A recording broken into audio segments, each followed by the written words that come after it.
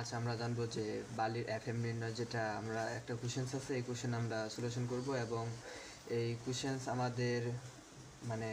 সব ধরনের পরীক্ষায় এসে থাকে এবং মিড টার্ম বলো এবং কি ফাইনাল এক্সাম সব ধরনের পরীক্ষায় এসে থাকে। তবে আজ আমরা এই সলিউশনটা করব। তো আমাদের এখানে একটা কোশ্চেন্স আছে যে নিচে তথ্য দিয়ে হতে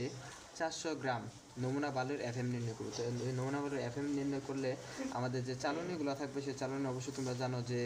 আমাদের কয়েকটি চালনী থাকে। চালনীর নংগুলো হচ্ছে 4 নং চালনী, 8 নং চালনী এবং কি 16 নং, 30,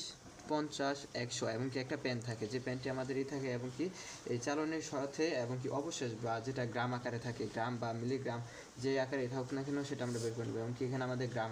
হিসাবে আছে যে 4 নং চালনীতে আছে 20 গ্রাম,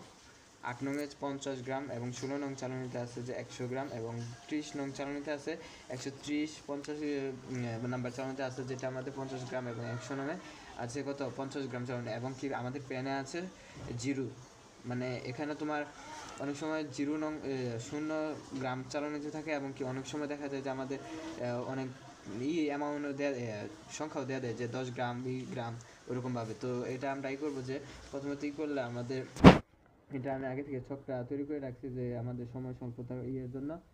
এবং এর জন্য দেখো তাহলে আমরা কি প্রথমে একটা ছক আকার করে নেব। তো আমাদের এখানে করার জন্য আছে কি চালনের নং এবং কি অবশেষ অবশেষ যেটা গ্রাম আকারে, যে গ্রাম আকারে থাকলে গ্রাম আকারে এবং কি দিতে হবে কি শতকরা অবশেষ, শতকরা অবশেষ এবং কি পুঞ্জভূত শতকরা অবশেষ দেওয়া হবে। কি শেষ থাকবে কি এফএম, এফএম এই থাকবে আমাদের। তো অবশেষ আছে এখানে আমাদের প্রশ্নতে যেহেতু আছে চালনী নং, তাহলে প্রথমে আমরা চালনী নংটা লিখে নেব। লিখে নেওয়ার পরে আমরা অবশেষে এগুলো লিখে নিয়ে তারপরে দেখা এখানে আছে যে শতকরা অবশেষ বা পুঞ্জগত অবশেষ, যেটা আমরা শতকরা অবশেষটা এটা আমাদের করার নিয়মটা হচ্ছে, তো এখানে আমরা একটা সূত্র প্রয়োগ করে থাকবো যে সূত্রটা হচ্ছে এক্স ইন্টু 100 বা কি মোট, মানে আমাদের মোট এখানে কত আছে অবশেষগুলো, এই অবশেষ দিয়ে আমরা কি মোট পরিমাণটা কি ভাগ করে দেব, মোট পরিমাণ। তো মোট পরিমাণ এটা যদি আমাদের সূত্র হয়ে থাকে তাহলে এটা আমরা প্রয়োগ করতে পারি কি। তো এটা আমরা দেখি যে কত, তো এখানে আমাদের প্রশ্নে উল্লেখ করে দেওয়া হয়েছে যে আমরা যথাবিধি কি 400 গ্রামই করবো। তো এখানে আমাদের দেওয়া আছে, তাহলে এটা আমাদের যোগ করার কোনো প্রয়োজন নেই। যদি উল্লেখ করা যদি না থাকে তাহলে এটা আমরা কি যোগ করে অবশেষটা লিখে দেবো যে কত গ্রাম হবে এফএম নির্ণয় করতে হবে। তো এটা আমরা করার জন্য কি এখানে কি অবশেষটা দেওয়া আছে, তাহলে এটা আমরা যোগ করবো না, কারণ এখানে আমাদের উল্লেখিত করা আছে যে 400 গ্রাম। তো এটাই না করে তো আমরা সরাসরি শতকরা অবশেষ, তো এটার জন্য আমরা যে সূত্রটা প্রয়োগ করেছি এই সূত্রটা করার জন্য, তো আমরা এই সূত্রটা করার জন্য তো একটা করবো যে তো শতকরা এটাতে আমরা ব্র্যাকেটে যদি করি তাহলে এই যে 20 অবশেষটা কত 20 আছে 20, তো এই যে ইন্টু কত 100, তো এটার সাথে আমরা এটা ইন্টু আকারে করে যদি নিই তাহলে ব্র্যাকেট দেয় এটা রেজাল্ট আসলে, তো এটা আসার পরে তাহলে কি আমরা কি মোট পরিমাণ, যেটা কি আমাদের মোট পরিমাণটা আছে কত 400, তো এই 400 দিয়ে যদি আমরা কি ভাগ করে দিই তাহলে কি এটা আমাদের রেজাল্টে চলে আসবে। তাহলে কি রেজাল্ট কি 5, তাহলে এটা কি আসবে 5 আসবে। তাহলে পরেরটা আমরা যদি করি যে 50, আর আমাদের কি 8 নং চালানোতে আছে কত 50, তাহলে ইন্টু কত 50 ইন্টু 100 বা কেজি কত 400 12.5।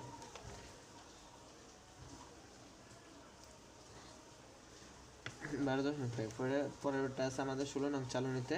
অবশেষ আছে কত 100 গ্রাম, তাহলে 16 নং চালনীতে 100 গ্রাম, তাহলে প্যাকেট 100 ইন্টু 100 দিয়ে ভাগ করে কি ভাগ করবো কত 400 গ্রাম, আসবে কত 25,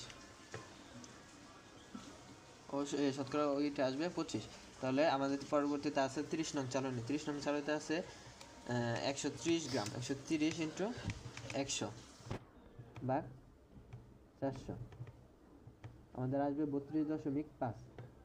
30 নং চালনীতে শতকরা অবশেষ আসবে 32.5। পরবর্তী আমাদের 50 নং চালনীতে আছে 50 নং চালনীতে আছে 50 ইন্টু 100 ভাগ আবার 400 12.5, তাহলে এটা কত আসছে 12.5। পরবর্তীতে আমাদের আছে কত 100 নং চালনী, এই 100 নং চালনীতে আছে কত 50, 100 নং চালনীতে যদি 50 থাকে তাহলে আমরা করবো কি 50 ইন্টু হচ্ছে কি 100 ভাগ 400 এগুলো আসছে কত আমাদের 12.5 12.5 এবং কি পুঞ্জগত যেটা আছে এটা আমরা কি প্রথমে এটাই করব যে এটা যদি আমাদের কি 5 আছে তো পুঞ্জগত মানে কি যোগ করা তো পুঞ্জগত যে যোগ করে যে এটা কি 5 আছে 5 এটা এই যে এইটা যেটা আছে পুঞ্জগত শতকরা যেটা আছে এটার সাথে এটা আমরা যোগ করব তারপর এইখানে যেটা আছে তাহলে যোগ করে আমরা 5 প্লাস 12.5 ঠিক কত আমাদের 17.5 এই 17.5 এর সাথে আবার আমরা এই করব শতকরা এইটা যা আছে 16 নং চালনীতে যে 25 এটার সাথে এটা যোগ করব তাহলে এটা আমাদের কত আছে 25 না এটা আছে কত 17.5 যোগ 25 তাহলে আমাদের আছে কত 42.5 তাহলে এটার সাথে আবার এটা যোগ 32.5 তো কত 75 তার এটার সাথে এটা করার পরে আবার কি এটা করার পরে আবার এটা করব যে 75 আছে তারপর কি 12.5 তো কত 87.5 এটার সাথে করার পরে আবার এটা তো কি আমাদের 100 নং চালনীতে কত আছে প্লাস 12.5 তো টোটাল কত হয়েছে আমাদের 100 তো এই হচ্ছে আমাদের তো এখানে আমাদের যেহেতু পেন আছে পেন এখানে 0 আমরা এখানে পেন যতই হোক না কেন 10 5 বা 15 বা 25 যাই হোক না কেন অবশেষটা এই পেনের এটা আমরা করে এখানে শুধু পেনেরটা এখানে লিখবো লেখার পরে তারপর এইটাই আমাদের পেনের এটা হিসাব হবে না এই হিসাবটা আমরা এভাবে রেখে দেবো এবং পেন এটাই করবো না তারপর এফএম এটা